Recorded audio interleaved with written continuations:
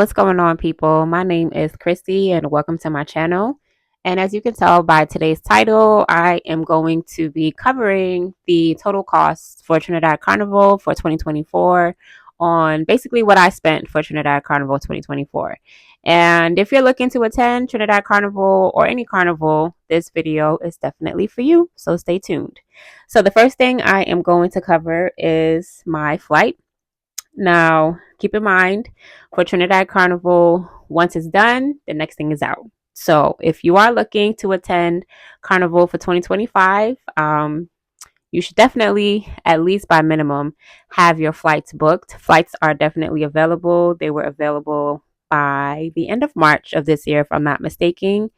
Trinidad 2025 Carnival is going to be in March of next year. I do believe it's the first Monday and Tuesday in March, but you can Google that information just to double check and make sure. All right, so I didn't do my flight round trip. I felt like I saved a little bit money by booking it separately. So I booked my going flight March 31st, 2023 with Caribbean Airlines for $332. There was a short connection in Guyana, so short that we did not have to disembark if you weren't getting off the plane. So, if you were getting off, you got off, and for people that were getting on, they got on, and we took right off to Trinidad.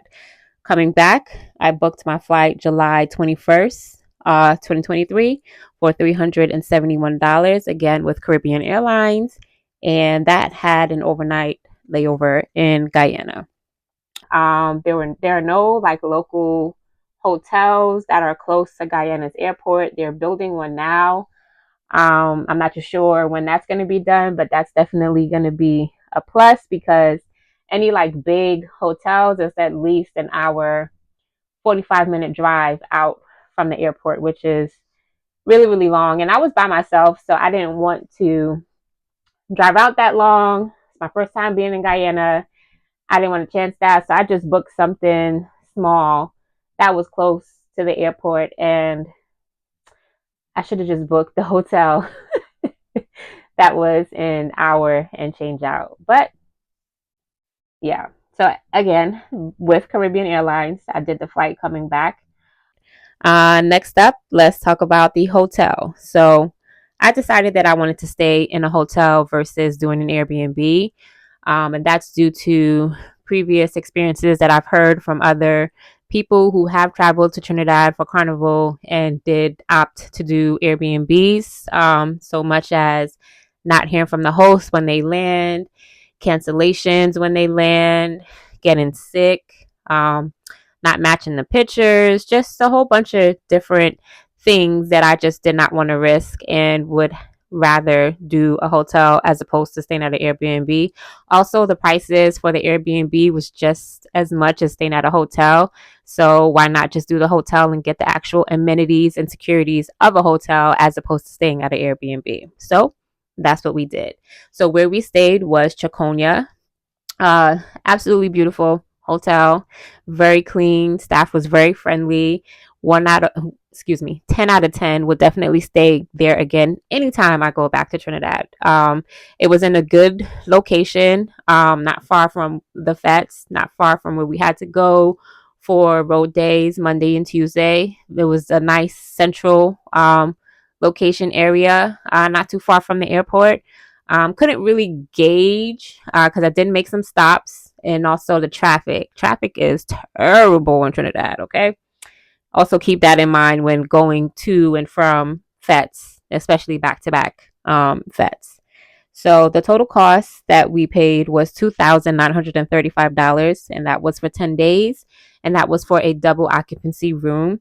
So when you split that in two, it came out to $1,468 a person.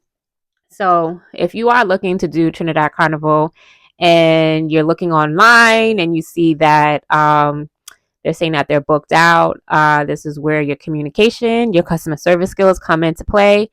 Call them, send them an email, whatever you need to do. If that's, wherever you're seeing, if that's where you really want to stay, try to get in contact with someone at the hotel to verify that there actually are out of rooms, because sometimes they'll just put that up because it is peak season. And sometimes just like forms and stuff, that gives you, because there are different rates for specifically for carnival period. So reach out and try to get, some information. So when we booked in September. There was a $200 deposit required, which is non-refundable. Then we paid $12.68 or at the end of September, and then we paid $14.67 at the end of November.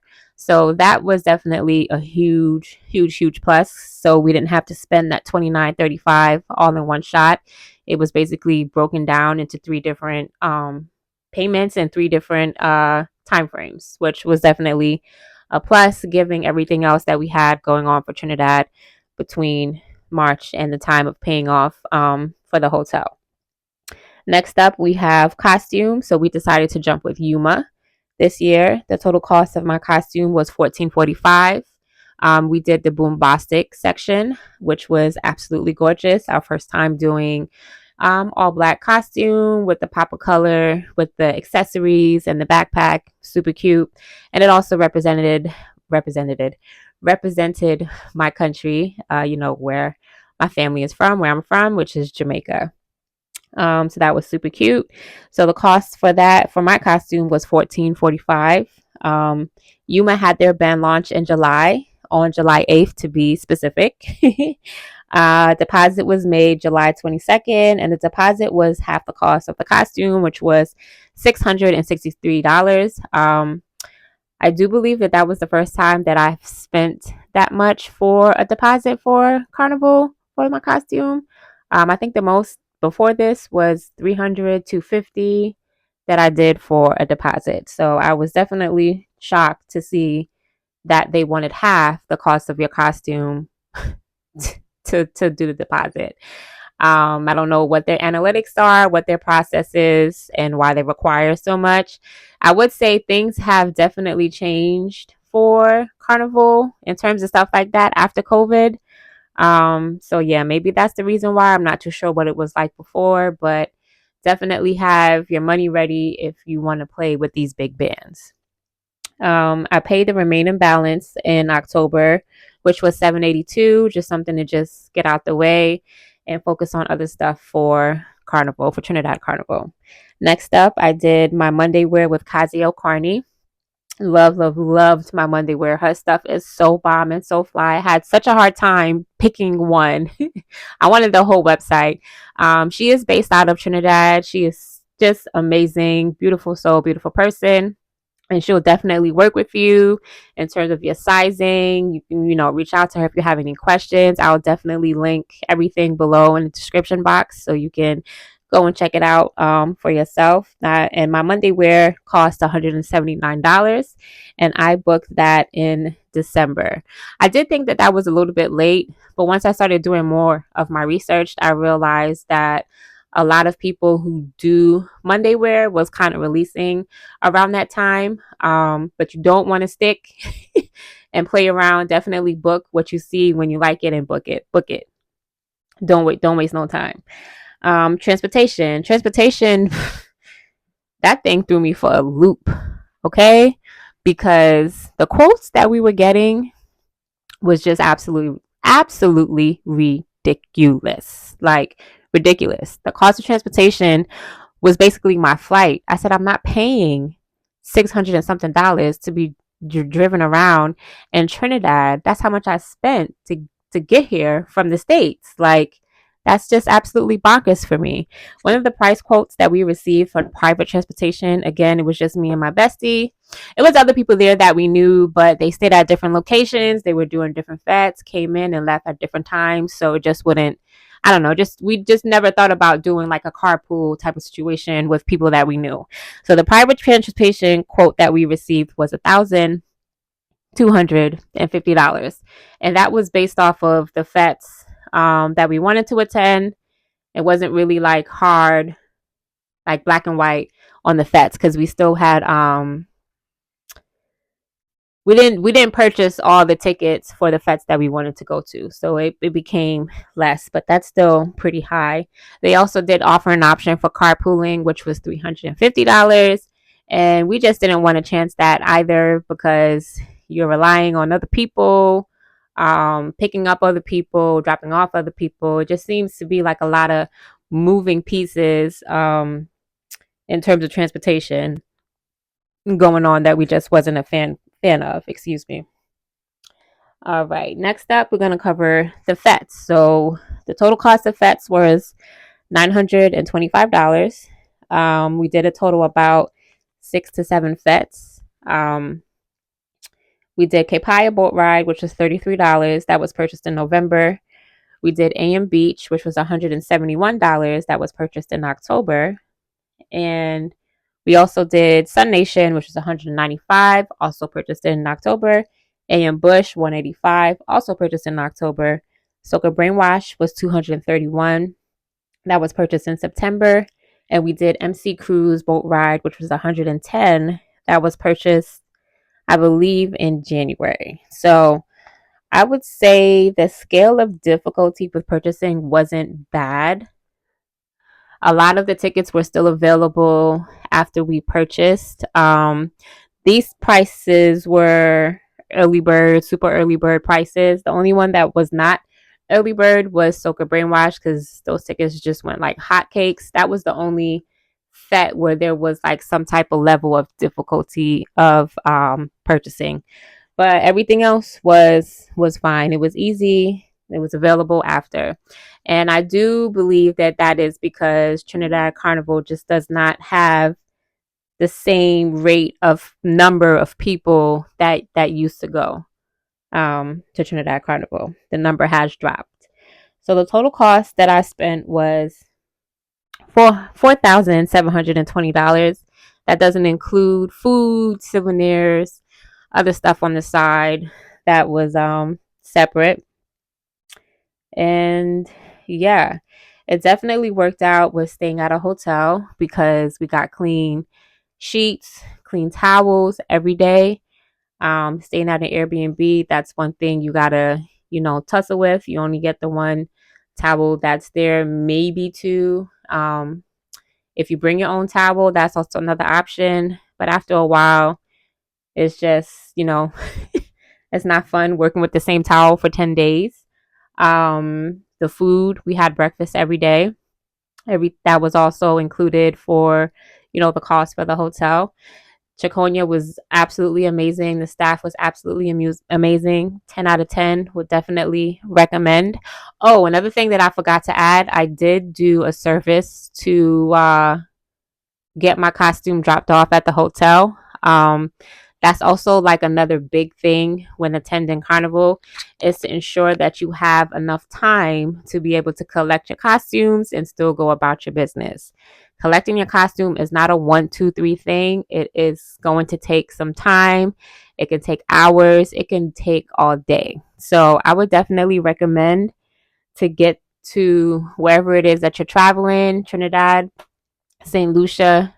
Try to get there at least a day or two before you start like getting into your heavy rotation of your fetes. If you're doing back-to-back fetes, or try to go early, as soon, at least maybe a half an hour before they open. So you're the first person. That to me, that's the only way you would really be in and out once they start, going with the flow and taking customers to collect their costumes. So my experience with the collection of my costume and having it delivered was terrible. I can't recall the name of the company that it was, but it was affiliated with YUMA. Each band has their own company that they affiliate with to do the delivery of costumes. I landed on, I think, Sunday. Either a Sunday or Monday, I got to Trinidad. I didn't get my costume until like the Wednesday or the Thursday. I think it was Thursday. And it wasn't really like expensive. I think it was like $60 to have them collect my costume and to drop it off to the hotel. And I did that based off of our FET schedule, because we were just going to be doing FETs, back to back. But that didn't happen. I ended up going to the mass camp anyway because my girlfriend didn't do the collection. She just went and picked up her costume, and I was like, I guess I could have did the same thing too. But by that time, my costume was already collected and it wasn't there, so I wasn't able to get it. wasn't able to get in contact with people. I'll link the name below because it's not coming to me, and I don't recommend it. I will never do that again. Anywho, so preparing for Trinidad Carnival, the biggest thing would be to save. I would say at least start saving a year or a year and a half out before Carnival. Definitely be on it when the flight should drop. Book your flights as soon as possible. You can also kind of try to play around with Hopper. Don't fully rely on Hopper for when they say that the prices are going to drop. You can't really trust that 100%. um, Budget, create a budget on how much you want to spend for costumes, create a budget on how much you want to spend for fetes, for food. Take advantage of certain things. Like we definitely took advantage of the food at the fetes. We took advantage of the drinks at the fetes. We took advantage of the food at the hotel. We also had a doubles person across the hotel, so that was absolutely marvelous. And yeah, budget, save, and plan. Don't try to do things last minute because you're going to pay last minute prices. I mean, if you're comfortable with spending that type of money and doing last minute things, go ahead, go for it. But I'm a planner. I like to plan. I like to know, especially financially wise, what I'm going to be walking into. Make sure you have extra cash just in case for anything. Need to buy something, you have the cash, on you. So yeah, as let's say the three biggest things: save, plan, and budget. Biggest things that's going to help you for Carnival. You can look into places before Carnival to see what's the best area to stay in. If you want to do an Airbnb or if you want to do a hotel, you can look at that ahead of time. Flights, look at that ahead of time. Flights is always going to be what's going to cost the most behind hotel. So those are my tips for planning Carnival if you want to attend a Carnival. And thanks for watching. I will be doing a video with my opinions and experiences of the fetes that we attended, road days, the costumes, Monday wear. So be sure to check it out. Thanks for watching. Peace, guys.